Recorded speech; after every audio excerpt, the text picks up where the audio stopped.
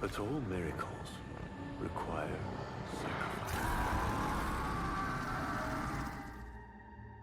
Have all you want. It won't bring him back.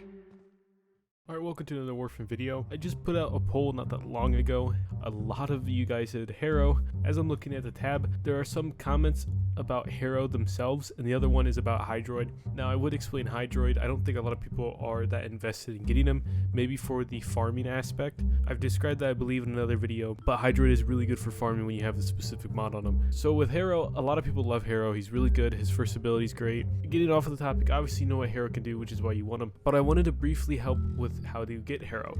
Now, if you don't know how to get Harrow, the easiest thing to do for Harrow is to get the chassis, but before we look at the easy way, more of the difficult or fun way to do it is you have to get his blueprint, and in order to get his blueprint, you have to complete the Chains of Harrow quest. Very good quest. A lot of people love it. I've always heard good things about this quest, at least from how they experience the quest. It's built well, it's somewhat short, but it leads into the main storyline, and you get the Harrow blueprint from this. You would need to have a specific quest done at that point. You'll see what you have to do when you hover over it, and it should look something like this, where it's blurred out, but it tells you what you have to do. And even by then, you might already have the chassis. Now, if you don't know how to get the chassis, you probably have it. If you've been on a relic run at all, you're likely going to have a chassis in your inventory, or when you see all the stuff you got from a mission at the end when you're extracting. They're very, very common to get. All you have to do is just do a relic run, kill the enemies, and it's likely going to drop. I don't think there's been a time where I've done these missions and I don't have one. Sometimes I even get multiple. It's very, very, very common to get and very easy to get. However, these systems are a pain. It's just annoying. The mission's annoying. Everything about it is annoying. So I'm going to save that to last. You're welcome. We're going to look at how to get the Neuroptics. I believe by this time you might have the Kuva Fortress, or I don't know. If you completed the quest, I think you should have it by then. I feel like that would make sense if they put this place here to get the Neuroptics. You should have this unlocked, but you have to complete Buckle. This is a spy mission on the Kuva Fortress, and just a quick tip, Ivara is pretty good because on one of her abilities for the invisibility part, you can put on a mod that helps you go through lasers and you move a bit quicker. So that's going to be a lot better if you're using Ivara. Loki obviously is pretty good. I don't know if he has a mod for the lasers, but you do have to worry about the lasers. With Ivara, you don't. So if you're worried about that, Ivara will really, really help you if you get that mod. Lastly, the systems. This is going to be from the Defection mission on Saturn. This is only infested, so this gets really annoying when it has the infestation against the troops or the people you're trying to help, because they can't die. If they do, or a lot of them do, then it's going to affect the mission and then ruin it, especially when it goes further into it. When you need rotation B and C on this, it's just going to be very, very difficult to try to keep them alive. Right now, the big reason to make this video was to show you the frames that you should use for these missions. The first one I'm going to look at is Spy. I specifically said Ivara. Loki you can do, but Ivara I like a bit better just because of the specific mod that you can get for her.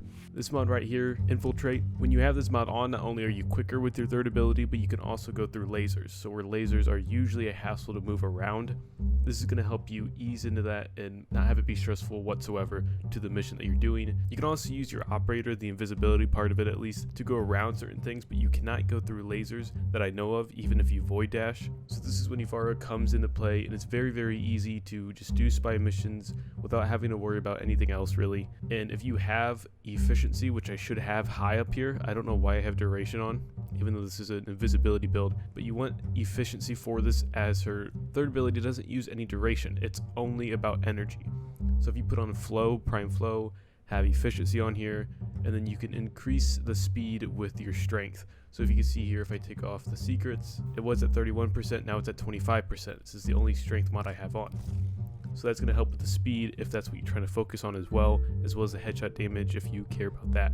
Now to look at the one that I got a comment about, specifically the Saturn mission, Defection. A lot of people hate that. It may not matter what frame to use here, so you may not enjoy my opinion much, but Defection is an annoying spot to farm, especially when the drop chance is low. So to help with this, you kind of want a frame that can just take or capture a specific point, whether that's the place that they meet up to heal or anything else like that, to try to help you like a second player. Obviously these may be open in public lobbies, but if you don't have that or just prefer doing it by yourself so there's no case of interruption, interruptions. Then I'm going to show you a few frames that you could use that's really going to help this. The first one is Vauban. Vauban is really good to anchor a point even if you're not there with his second ability. He can use his orb to then deal damage, and then he can use his fourth ability to have everybody in a little ball of vortex. You can also use his second ability as well if he uses a tether coil to keep everybody still, but usually his second ability and his fourth are going to be a good combo to try to hold enemies still and not have them interrupt your defection process when you're trying to extract these group of people towards the objective. There's really no build on that, just maybe damage and range, duration, however you want to build around it. That's going to help you out in the long run. Another one could be Saren. Saren's really good at taking out a large group, especially with infested or really any mob in the game, just because her viral damage can really go out and spread and just go past armor and kind of destroy all enemies, especially if you have a good build. I'm not really good at building around Saren. I need to try to get better at that, but if you have a huge range on it and you're able to take out a lot of enemies at once, this is going to be very beneficial to try to extract people and try to keep them from not dying so you can finish the mission and not have to redo it to try to get the systems all over again. Now lastly, this one's kind of an iffy. There are a few other ones. You could obviously use a Nova. You could use slow Nova build where you make the enemies slower and they can't really come up to you since it is infested, and most of them are ones that have to be in melee range or at least close to it. You can keep a lot of those mobs away from not only the people you're extracting but also yourself with it, but you also have to keep in mind you're going to want to have a lot of energy, and Nova's somewhat squishy depending on how you build her. So we can move past that and go to another kind of squishy frame, which is Octavia. The only reason I'm going to say this is just because of the first and second ability. The third one, you can go invisible at times, so it will be easier for you to not die, but you also have to keep in mind that the main focus of Defection is to keep these other people alive, and to have them then be the main targets and you not a target at all, it's kind of going to defeat the purpose. So if you use her first and second ability, which if you don't know the first one, if they shoot the thing in the middle, it's going to deal more and more damage. So if you have huge range, huge duration, and then a damage multiplier on top of that, that is really going to help this.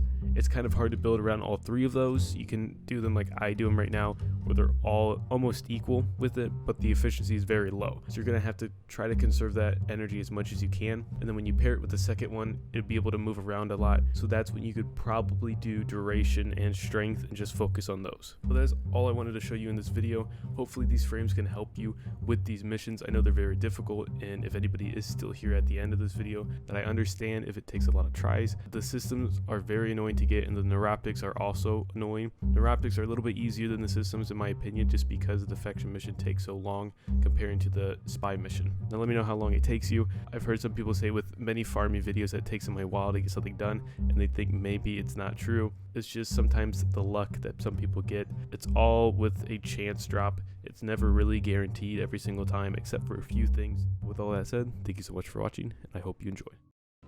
But you have never had to sacrifice your love for faith. Imagine to live forever with only one memory